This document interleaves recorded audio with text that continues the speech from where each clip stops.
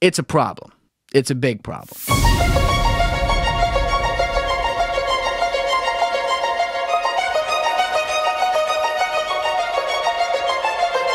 On September 26th, explosions happened. It has now later been confirmed by Swedish and Danish authorities in a joint report to the UN that it was TNT.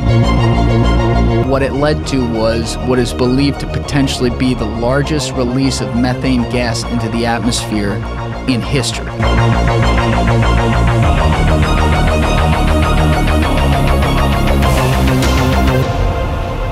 What's cooking, everybody? That's right. You got me this week. Solo pod. Haven't done one since number 75. And that was only because I had COVID that time. And frankly, I didn't have to do one this week. I do have an episode done with John Boziak, who was an infamous credit card scammer. Very, very entertaining guy. But that was not the episode I was going to be putting out this week. I had John's episode slated to go out next week all along. The guy who I was going to bring in this week, I won't say who it is. It's a really good guess. But he was here over the weekend, and we were going to record. He had taken a train down from Boston because he was on the East Coast for the week. And there was some sort of mix-up where he's standing downstairs right after he took the time to get here. And I asked him when his flight was, because usually, like, I'll handle that when it's someone from out of town. But this one, he had handled on his end, and it turned out the flight was like an hour and a half later. And I'm like, dude, you got to go to the airport right now. Like, this is Philadelphia. You might not fucking make it.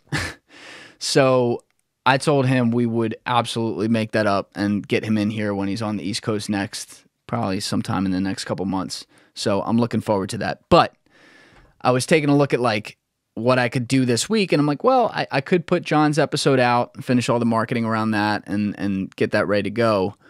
Or I could stick to plan and throw in a solo episode at what I think is actually a pretty opportune time. So I'm going to go with that. And we're going to do a solo episode, as you can see, because you're fucking watching right now. But if you guys, in the meantime, have some topics that you are interested in us covering here, or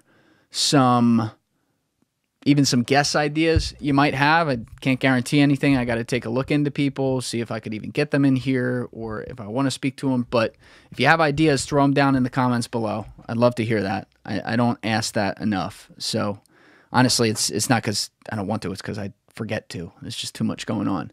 But I'm excited about a bunch of the people we have coming into pretty much the rest of the year, and it's a great diverse group of guests of all different types of backstories and situations and subject matter. So I think that's going to be really good. I'm looking forward to that.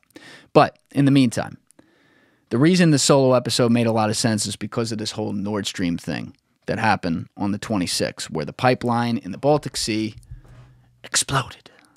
So for those of you out there who are unfamiliar with Nord Stream, or have probably heard it in passing, at least since the outbreak of the Ukrainian invasion of Russia's invasion of Ukraine, it is very, very important to understand why this thing is so central to this ongoing conflict and to what could be a really rough winter in Europe right now. So I think sometimes it's easy to glaze over, not easy, but we tend to glaze over things that sound like clunky and don't have a clear story to them. You know, we hear about some natural gas pipeline and it's like, okay, all right, gas, people need it, whatever, that's a problem. And we kind of, that's it. And sometimes that's even a mistake I make. But this is a significant problem because of the timing of when this is happening, when this explosion is happening, and the confusion around what could have caused it. So, of course, there's instantly narratives that came out right away where you had people either saying Russia 1,000% did it or the U.S. 1,000% did it. Those were the two main ones. I think there's still a lot of information that hopefully we will get to come out, but that would need to come out for us to see exactly what happened. We can have some guesses, but that's kind of, I'm more in the, It's a problem. It's a big problem. No matter how you crack this, you are looking at a situation where we are now headed into what will be, the normal 4 to 5 month depths of the winter in the colder parts of Western Europe. And by the way, that does include Ukraine too. And we now face a situation where there could be significant energy resources lacking. Now, let's take this from the top just so that people can understand what the hell that means and why that's the case. So Nord Stream is a natural gas pipeline that runs from Russia to Germany on the bottom bed of the Baltic Sea. And there are two pipelines that run basically right next to each other the whole way, the full 750 miles, give or take, called Nord Stream 1 and Nord Stream 2. Nord Stream 1 has been in operation since, I believe, 2011. And by the way, I will put a map of that in the corner so you can see exactly where this runs if you're watching on the screen right now on YouTube or Spotify. But Nord Stream 1 can hold around 55 billion cubic meters of natural gas throughout the year. Not hold it, but send through it. That's its capacity. And the reason that this gas is coming in is because it powers a lot in Europe. And namely, it helps heat homes across the whole winter. That's certainly a main feature of what it's used for. And Russia is a very natural gas heavy country. They actually, I have a list of that so you can see, and I will put that in the corner of the screen as well. Let me just read it off so I have it too.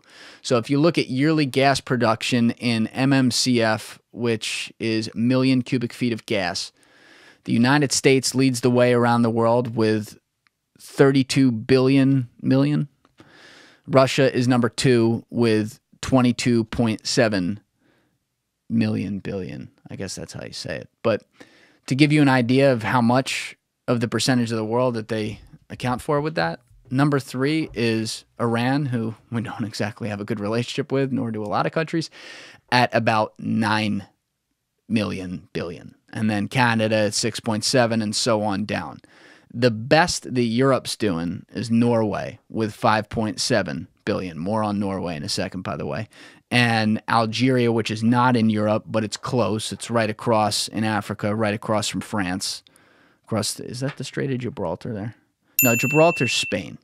But Algeria is like right below Spain and France. I'll put that in the corner too. I'm getting it mixed up in my head. But either way, Europe has relied in recent years on Russia for 40% of their natural gas. And again, this Nord Stream pipeline went into use in around 2011. It had been produced throughout the 2000s. And it was part of the opening of business in what was now the sovereign nation of Russia with Europe post-Soviet. So when the Soviet Union first collapsed in the years right after that, Europe was very careful to not get too dependent on Russia for things because they didn't trust them, this, that. And then time went by. And that's usually what happens with this shit. People let time go by. They get lazy. They start just trying to solve a problem right now and saying it's all going to work out. And that's essentially what Europe did because Germany, especially in concert with Russia, built this Nord Stream 1, put it in, turned on the spigot. Rest is history. So now fast forward to 2022. Throughout the 2010s, there was discussion and then development of the second pipeline that had occurred. So I'm not fast forwarding yet. Let me give this background. And that was Nord Stream 2. Nord Stream 2, also 750 miles, give or take, in the Baltic Sea, runs basically directly next to Nord Stream 1. Same capacity, 55 billion cubic meters of capacity a year, and would provide another spigot for Russia to be sending in gas. And by the way, when Russia's doing this, it's through a company called Gazprom, which is effectively run by the Russian government. So it's owned by one of their oligarchs who reports directly to Putin. They control what goes on.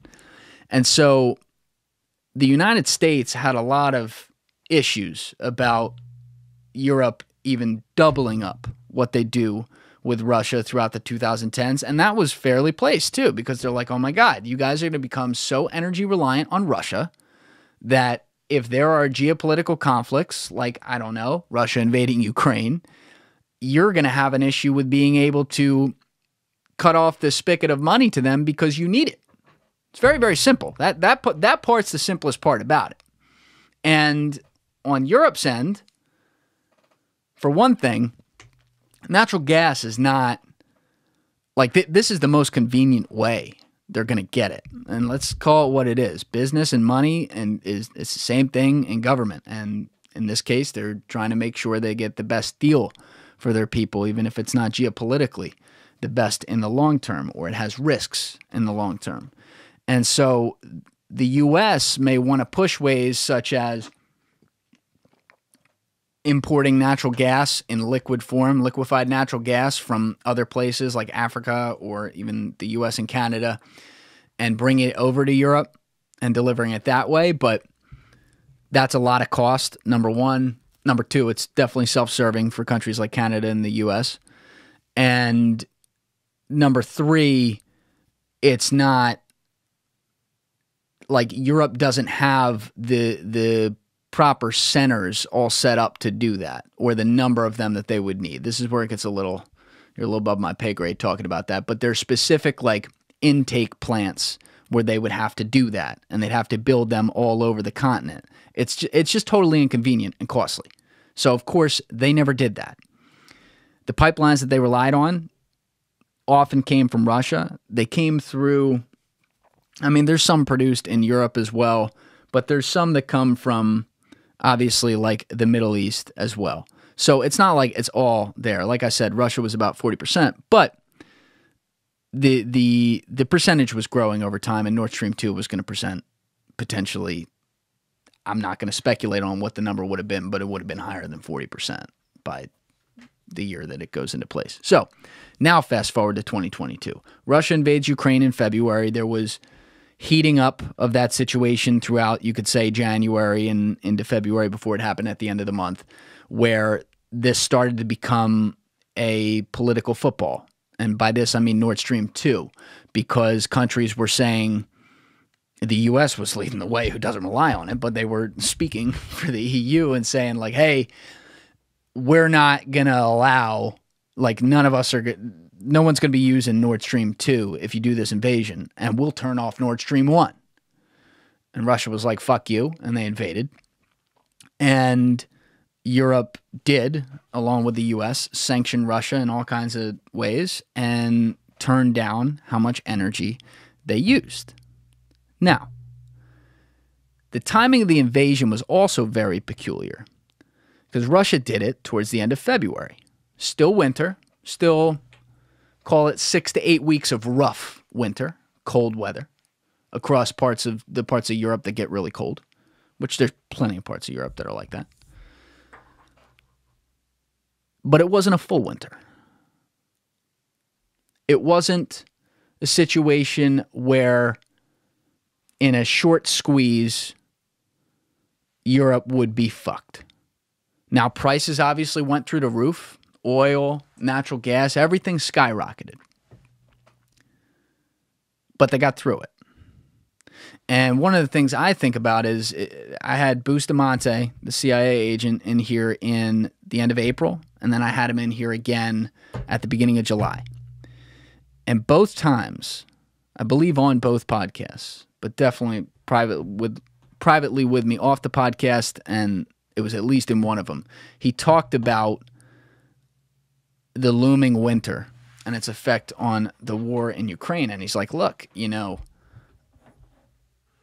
obviously I want to see Ukraine pull through this, but I'm concerned that that's not going to happen. I'm concerned that the narratives are a little off. Ukraine's done a nice job, but like people are treating it like they're beating the shit out of Russia, and that's not necessarily the case as much as we want it to be true. Furthermore, he said, what happens when winter comes?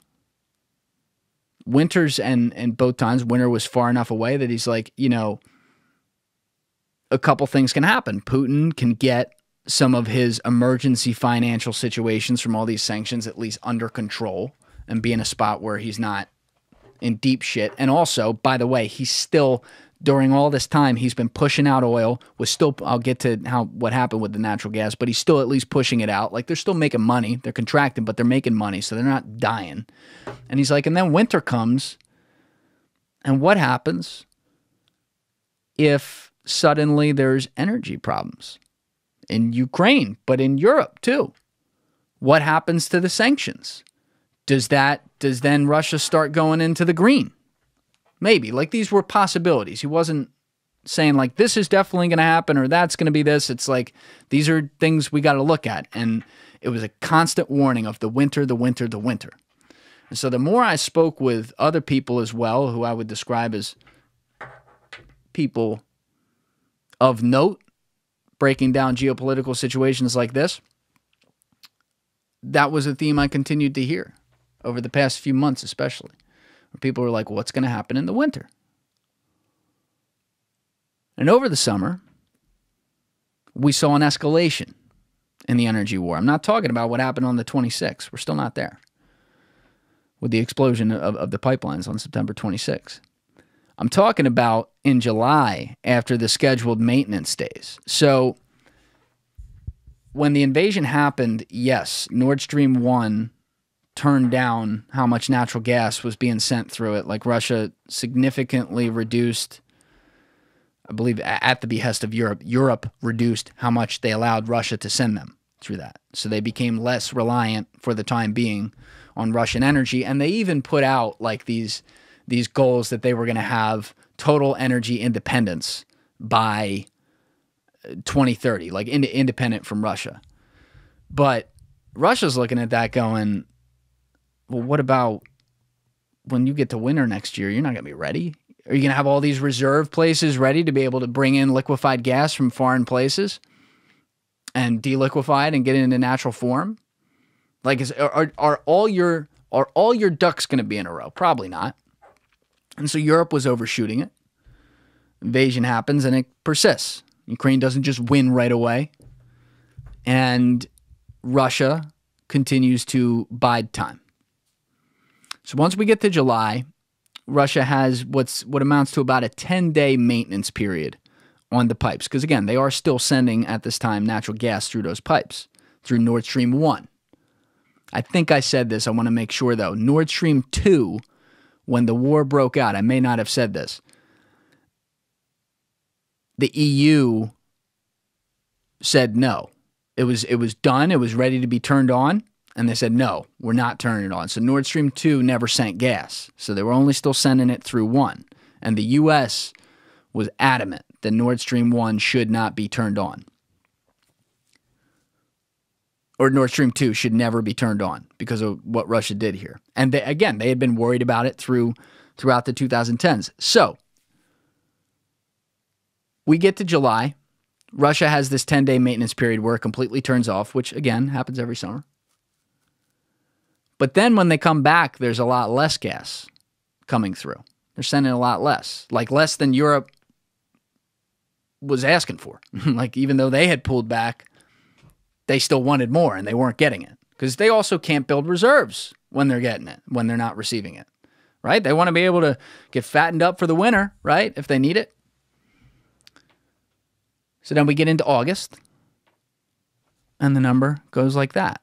And if there's a chart, I may have looked at it. I don't know if I saved it, but if I can find it, I'll put it in the corner and you will see that Russia's output through the Nord Stream 1 pipeline of natural gas to Europe went down to 0.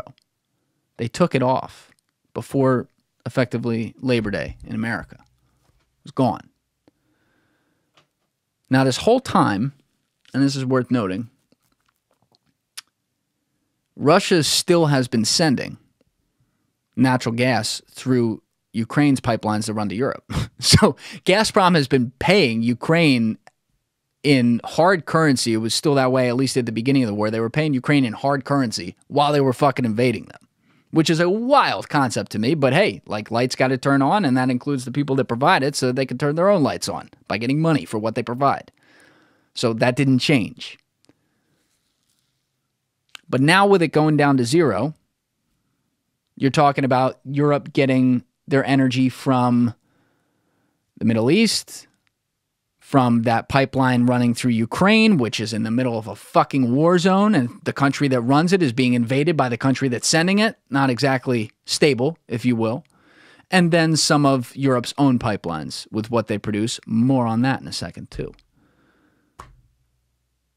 So there was a danger, if you're thinking about this a little deeper, there was a danger that Europe was going to need to break down and say, fuck it, we need it from Russia, and give Russia a win, which Russia could fuck them and say, no, you guys are going to let your people freeze to death in the winter and people will die. This will be a disaster. It'll be your fucking fault because we're doing fine with everything else. Again, you know, they're exporting to China. I believe they're exporting to India. I know that India has not put any sanctions against them. I hope I'm right about that. Correct me in the comments if I'm wrong, because that was not a part of what I checked before I went on this. But either way, like, they're still doing business around the world. Lights are on. So maybe Russia could have been like, no, we're not going to turn it on. Or on the contrary, they could have been like, fuck yeah, we'll turn it on. Now we're going to make a lot of money. And everything you're going to do, everything you've said, all the sanctions you've put against us are effectively null and void now. Congratulations, you played yourself. That's a reasonable explanation as far as, like, if you're Russia, thinking about this just of like trying to pack your line your bags here, right? I mean, you're trying to fund a fucking war as well. You're trying to get yourself on footing after the world split you off in many of the from the West, pretty much when all this came out. So, like, yeah, they may very well say yes to that, and then Europe becomes once again reliant on Russian natural gas. And in the meantime, to supplement all the lack of reserves they have and the crunch they're in to get gas in and be able to be completely prepared for the winter, it's also worth noting that Europe is actively looking at getting the coal energy going again, which runs completely contrary to all the language they've used with respect to the effect on the climate that they've been talking about for years now, and with what they've been trying to do with shutting down the entire coal industry in Europe. They're going to have to take a step back, which, again, in a squeeze, I guess they have to, but that doesn't look good for your PR and for the strength of your word in politics with people, because it's like, oh, well, you've been telling us coal's evil all this time. Now we're fucking using it? So there's a lot of different, that's a little convoluted part right there, but there's a lot of different moving pieces that are happening as we're now in October. But this is all happening, what I'm talking about, in July, August, and early September, where Europe's thinking like this. So in September, with the energy off, with the natural gas off and not coming through Nord Stream 1, and Europe trying to figure out who's going to blink first here, on September 26th, explosions happened. What's now been confirmed as explosions at the bottom of the Baltic Sea by Germany on Nord Stream 1, which, again, wasn't sending any gas at the time, but it did have gas in it, which that part's confusing to me, but that is the case. So there were, I believe, 2 explosions based on what the reports have been. It has now later been confirmed by Swedish and Danish authorities in a joint report to the UN that it was TNT that did it, so explosive TNT, at the bottom of the Baltic Sea. And these 2 explosions exploded the pipes in 3 places, I believe it was. But what it led to was what is believed to potentially be the largest release of methane gas into the atmosphere in history. And there was actually a big one, I think earlier this year. I didn't even know about this one, but in Mexico, in the Gulf of Mexico, within Mexico's jurisdiction, there was a giant leak in a pipe that led to, I forget the number, but it was like the biggest methane leak ever, which, again, for everyone looking at the climate out there, like, that's one of the key drivers that's a problem for affecting our ozone layer and all the science there that honestly Eric Olson's a lot more qualified to run through the terminology with than I am, so I won't get too deep. But effectively, it's very bad. Like, you don't want that happening. And ironically, it's happening at the same time where the EU has to be talking about potentially using coal, which is also a problem because it releases some of these gases. And it's happening like on their turf. I mean, the whole thing is just a giant shot in the fucking face. So explosion happens, and immediately every government suspects sabotage and starts talking about that. And as it's now been confirmed, it was actual explosions. It wasn't some natural event. But the narratives formed right away. And here's the thing about narratives. Number one, they're all shaped by the various intelligence services who are all lying to each other or among each other even. And they're all shaped by political scores in every country. And so in today's time, I mean, it's kind of wild. Like, you'll watch people, like serious people react in like tweets almost. You know, it's crazy to me because this is a major geopolitical event, but that's just kind of where we're at. I think it was the president of Poland tweeted like, "Thanks, U.S." or something like that.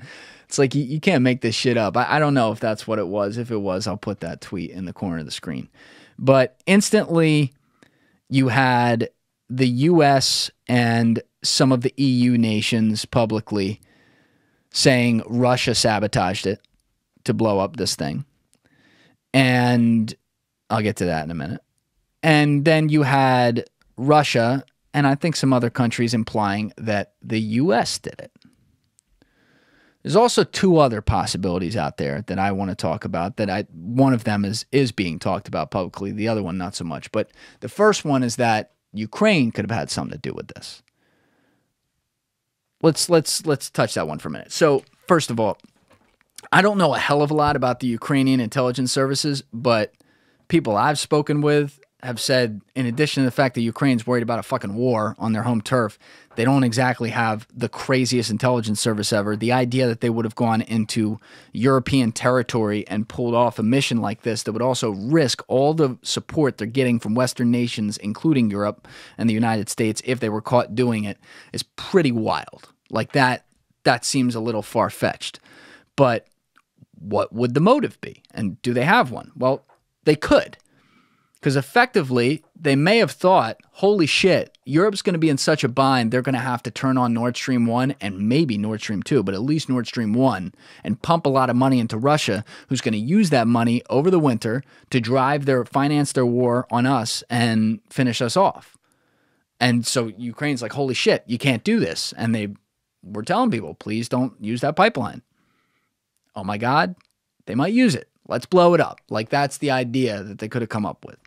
I don't think they could have pulled it off, but again, like, I'm not familiar enough with the extent of their operations and capabilities to be able to say that definitively. There's a lot better people that could comment on that than me. The other outside the box possibility that I don't think happened, but that I really haven't seen anyone talking about, is like, what if it was like China or something, who just wants to see everyone fight with each other and bicker and sit back and laugh while they do it. Hypothetically, could have been them. I don't see enough upside for them doing that. They already have upside with this war going on because they're kind of sitting off outside it. They're watching the U.S. and Europe do this dance of like trying to be a united front, but then Russia also continue to trade with other countries like China and effectively move through Ukraine. Whether or not they're going to be successful all the way on that remains to be seen. But China's like kind of in a decent spot with that. And the fact that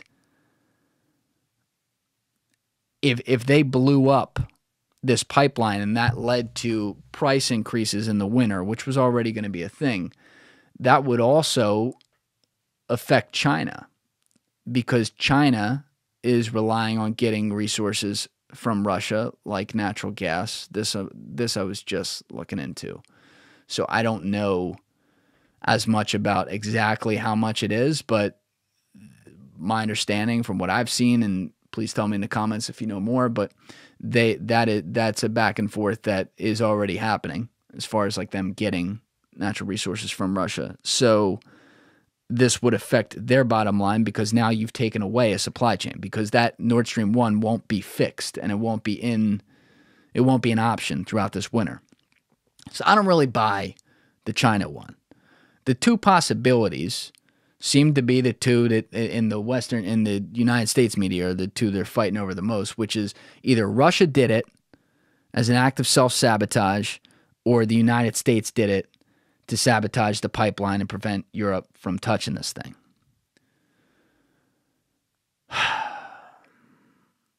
Let's start with the Russia one. So Russia, it could be that they want to do that to then sow discord and accuse the United States of doing it, to then create distrust among the European allies, the United States, and then in the middle of that, Ukraine. And by the way, that's a textbook Russia play. Russia has a very, very effective intelligence organization, and it's actually like kind of multiple, but like their intelligence apparatus is very, very good and highly respected in post-Soviet Russia. They do some very blatant shit too. I mean, we've seen that. We've talked about, for example, the Alexander Litvinenko hit on this podcast, who's someone David Satter had a lot in common with and knows his wife now and everything. But they murdered Litvinenko in London on British soil, and really didn't conceal that it was them doing it. These guys are brash. They will do things like this. And what's very curious is that the explosion occurred, and I'll put the map of where the explosion was in the corner. The explosion occurred close to Germany. It didn't occur close to Russia with respect to the pipeline. So it was much closer to the European side of it, which that's very much like the kind of Russian move. Like, all right, well, let's do it over there, because then they'll think, well, it had to be someone else. Why would they do it here? Why wouldn't they, if it was Russia, they'd do it close to home? So there's a lot working in their favor that they would have done that. And you'd say, well, why would they blow up something that they can make money on to send natural gas to Europe? Perhaps it's because they know that now they still have all the natural gas. Europe will have to still get some from them through these other pipelines. Yes, they'll have to pay Ukraine, as in Russia will have to pay Ukraine to send through their pipes in this case. But the price of natural gas and resources will skyrocket throughout the winter. Countries will be forced to do business with Russia. Russia also profits off that skyrocketing lack of supply. They make more money. They finance the war. And most importantly, in the middle of all this, they sow dissent among the allies, because the allies are sitting there going, wait, did one of us do this? Did one of us do this? And that leads to the U.S. side. So you saw like a lot of people coming out right away and saying the U.S. did this, U.S. did this. Could have. I also think like the means of it are a little bit short-sighted if you're from the U.S. perspective. So as an example, if I were a European right now, so for my fans out there who are from England, Denmark, we got some people in Germany, got some people in Italy. I'm missing a few countries that I've heard from some of you on. But for you guys out there, yeah, if the U.S. did this, I'd be pissed at the U.S. 100%.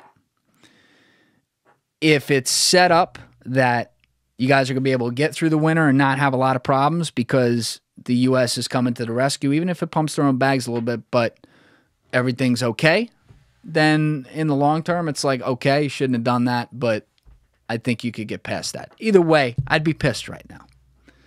If I'm in the U.S., and I am in the U.S., I'm an American. I mean, I don't think this is a good idea, per se. I think there's a lot of risk to doing this kind of thing, but it's like I can see the argument for why they would have done this. They didn't want that energy reliance with Europe and Russia.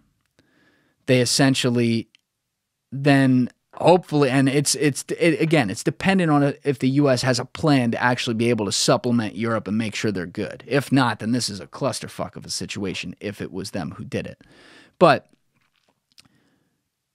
it also presents the opportunity to be able to compete right with Russia's disinformation apparatuses, where you can say, well, no, they did it to try to sabotage it, to break us all apart. It's like this constant back and forth that you could see with that. I mean, it's a possibility.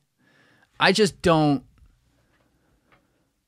It's hard for me to see... Like, it seems to be both situations, Russia and the U.S., seem to be too obvious to me. That's my problem with this. They're too obvious. You can run the tape. So let's look at the U.S. with this. So first of all, when this happens, immediately, Antony Blinken, the Secretary of State, comes out and says this benefits, something along the lines of this benefits nobody, this is good for nothing, not horrible situation, we'll have more information, we're going to get to the bottom of it, implies that it's Russia. 3 days later, the guy comes out and says this. Ultimately, this is also a tremendous opportunity. It's a tremendous opportunity to once and for all remove the dependence on Russian energy, and thus to take away from Vladimir Putin the weaponization of energy as a means of advancing his imperial designs. That's very significant, and that offers tremendous strategic opportunity for the years to come. But meanwhile, we're determined to do everything we possibly can to make sure that the consequences of all of this are not borne by citizens in our countries, or for that matter, around the world. Now, what changed in 3 days? What changed that much? Now he's saying like, oh, this is a huge opportunity. My senses could be like, oh, that's a political sell. Certainly a possibility. But he's also saying this, I believe, during a joint appearance with the foreign minister of Canada. And again, if you remember my list, Canada is another natural gas rich resource on our side of the world who could stand to benefit from maybe having to supply Europe. I don't know. That's a quick shift. And then immediately then, tinfoil hat goes right on looking at it from our end going, oh, that's according to plan. Then you look at the tape of our old friend Victoria Nuland, who seems to be at the middle of every dumb recorded conversation ever as it pertains to Ukraine. Like, the shit, and some of them are recorded, others are like she knows she's being recorded. She's on a fucking camera giving an interview, or better yet, giving testimony to Congress and saying this stuff. But she was the woman who was caught having the conversation, like the leaked conversation back in 2014, talking about like who they wanted to be the next leader of Ukraine during this overthrow of the government and all that, which again, you know, Maidan in 2014 was a wild thing, and Ukraine has been caught at the middle of awful Russian aggression. But it's not exactly a good thing to have a U.S. government, high-level government official playing fantasy draft with the fucking head of a foreign country that's right next to an enormous foreign country that feels threatened by the West lining up against them. That's not exactly the best look. I think we can all agree on that. She's another one, in addition to Biden, by the way, who has been adamant since the beginning of the Ukraine invasion and just before about, like, Nord Stream 2 is not going to happen, like, we're not going to let that happen, whatever. But then you have Nuland. Here's a couple clips of her. I'm going to start with one with, I forget when this was. I think this was this year, I believe. But this is a quick one where she discusses with the whole invasion of Ukraine and the effect on what the United States attitude would be towards Nord Stream 2. With regard to Nord Stream 2, we continue to have very strong and clear conversations with our German allies, and I want to be clear with you today. If Russia invades Ukraine, one way or another, Nord Stream 2 will not move forward. Again, like, making it seem very obvious, which this almost seems like I'd look at, like, when I look at Russia with these situations, how obvious they make things as well. Like, we're kind of taking a page out of their book. But Russia also plays to that by playing every side of it. I don't know how to say that right in words. That definitely is very confusing to people. But like, that's kind of Russia's brand because they're not a democracy. Like they have control of their people. So they can use things like that to their advantage. It doesn't affect them like it affects us, where people have a fucking opinion. They can say what they want, right? There was another one, though. The second clip of Victoria was when she was talking with Senate in December 2021. And this is a back and forth with Republican Ron Johnson, who seems to be trying to put words in her mouth to get her to agree with him, and she does, that the Nord Stream 2 cannot happen. And mind you, there was also a bill in late 2021, early 2022 that I believe was authored by Ted Cruz, another Republican in Senate, who was trying to create barriers to Nord Stream 2 being able to happen and be used by putting economic sanctions on any European company that would be involved with it, which got shut down. But this was a narrative that Republicans were trying to push, and it reeks of like that whole like double party in on it, trying to make shit happen in the world stuff when you put it all together, because it seems to be, you know, you look at Republicans, you look at Democrats, they don't dislike that this conflict's happening. That's just what it looks like. And this is just more evidence of it right here. So I'll play this one, Ron Johnson and Victoria Nuland in December 2021. One thing that I believe certainly the Senate Foreign Relations Committee is pretty unified on, it may not be unanimous, was our support for sanctions against Nord Stream 2 pipeline. And that I think many of us were very disappointed that those sanctions were not fully implemented and the construction continued.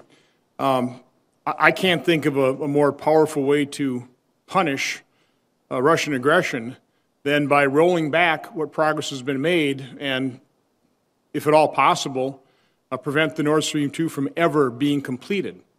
Is that something that is being discussed with allies? Is that something that's being contemplated?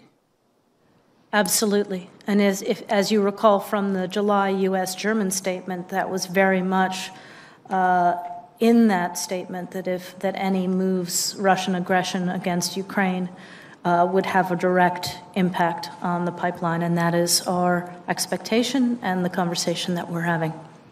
So again, direct impact is one thing, but I'm literally talking about rolling back the pipeline. You can loosely define that, but I mean taking action that will prevent it from ever becoming operational. I think if President Putin moves on Ukraine, our expectation is that the pipeline will be suspended.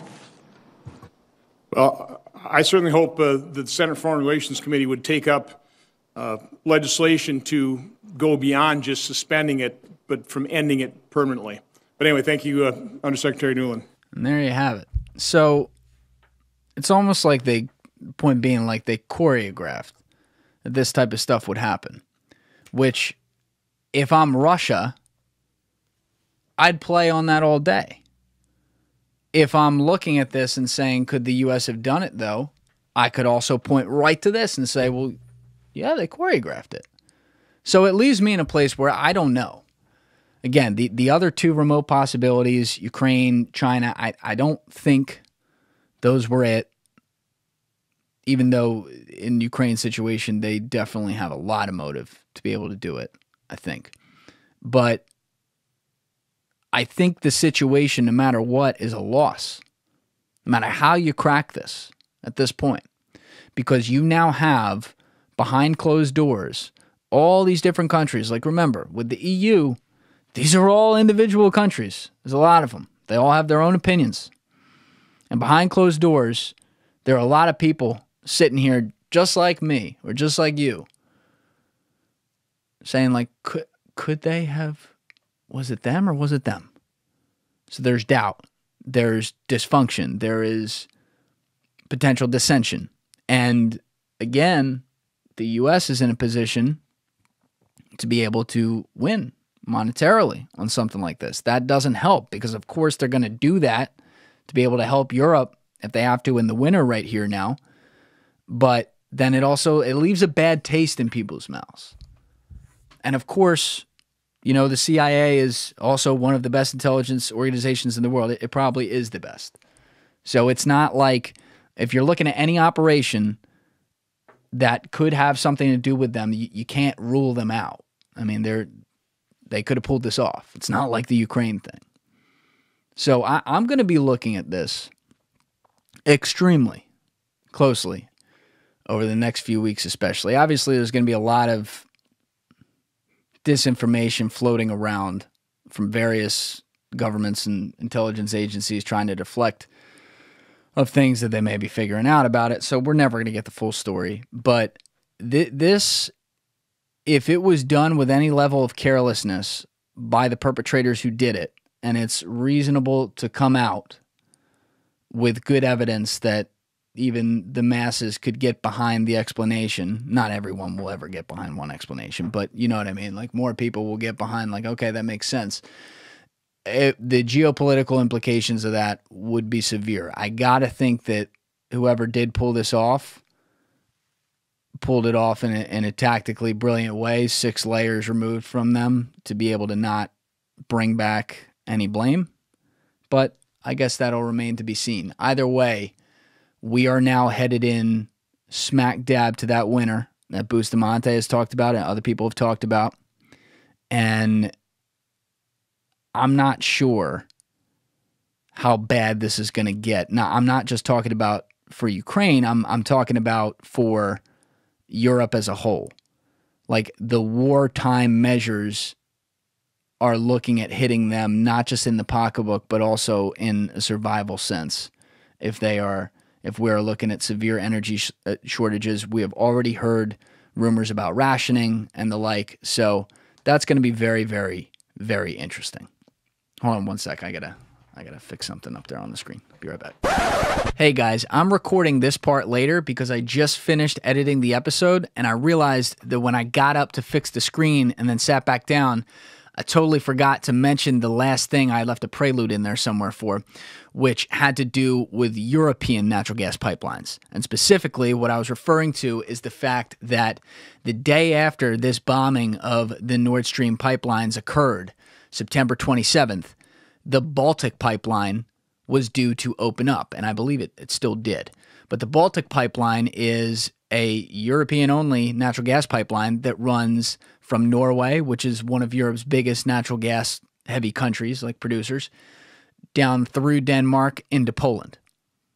So I don't know. That part is really I'm hung up on that part. I don't know what kind of connection there is there, but that's a little bit too circumstantial for me to ignore it. That certainly doesn't seem like a coincidence that this could have had something to do with that. What I can't totally figure out is what the motives would have looked like on either of the main 2 scenarios, Russia or U.S., with respect to that pipeline. I'm not really sure, but that hypothetically will be up and running. So they'll have that going, but I believe it doesn't have the same capacity or anything, and it's not replacing what Nord Stream could give, but certainly suspect. So anyway, back to the main episode. All right, sorry about that. We're back. But before we go, I do want to say one thing about this now, I guess, like 8-month-old war in Ukraine and what it says about the state of where we are, not just like in America, but as a world with how we respond to geopolitical crises and anything that's of major note in the news and in international circles, in domestic circles too, but focusing internationally here. It's unbelievable to me that we still have such firmness in having to be this or that on this issue. You either have to be Ukraine is sent from God above, the best country ever with a government filled of practically missionaries of Christ, or you have to be hey, I think that Putin guy's not too bad. This is such bullshit. It is such bullshit that is then used to distract from all the pertinent things that are happening around such a crisis like this while we're busy fighting over which one you are. So if you've heard me talk about it, you know where I stand from a general standpoint.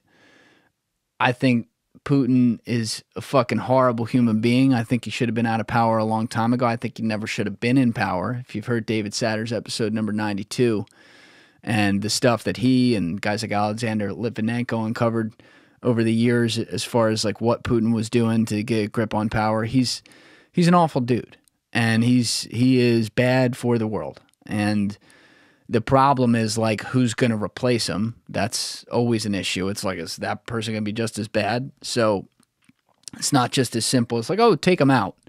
But yeah, I think that the invasion of Ukraine was horrible. I don't buy at all that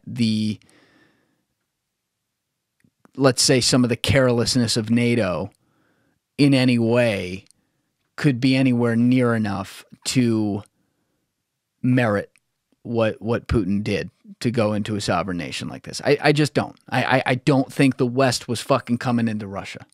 I just don't think that. It makes absolutely no sense. So yeah, I think he's at fault for this whole thing. I also know that there are all kinds of economic proxy wars happening around this thing. And I also know that while you have 45 million Ukrainians, largely whom are good, normal citizens whose country is being invaded right now, and it's horrible, you do have a government there that has been a constant source of repeated power vacuums since the beginning of its fucking existence. You know, Zelensky's like this outsider at this point who I just feel like the international media uses the fuck out of that guy. I think it's really admirable that he stayed and fought and is doing his thing, but I think he's in over his head with that, with the attention that people pay him and what they say they're going to give him and stuff. It doesn't make him look good, and I think that's sad. But either way, this guy was an actor who came in there and eventually got into government in whatever it was, 2018, 2019, and maybe 2017. But all this other shit was already there when he got there. This was already a clusterfuck filled with corrupt people before he got there. You think those people just left because he walked in? No. So I constantly find myself wondering what the real struggle is in the middle of this crisis, because it's almost like if you're talking about all the governments who are practically profiting off of Ukraine's strife here, like the country's strife, and then you look at the dude causing all of it, Putin, it doesn't feel like a good guy. And I'm down to change my opinion on that, but we're 8 months in and I haven't seen good evidence to pull me off of that stance. So now we have another clusterfuck in the middle of it, and maybe it'll reveal something. The cynic in me says it'll reveal nothing, and it'll just continue to be a constant source of bickering to distract everyone from whatever the fuck it is all these people are doing to make money. That's all it is. I don't know. Sometimes I feel negative when I talk like that, or I just feel like it's just spreading negativity. But you got to be a realist on some stuff, and that is what it is. So anyway, I hope you enjoyed my little ramble today. And that said, you know what it is. I'm Julian Dorey. Give it a thought. Get back to me.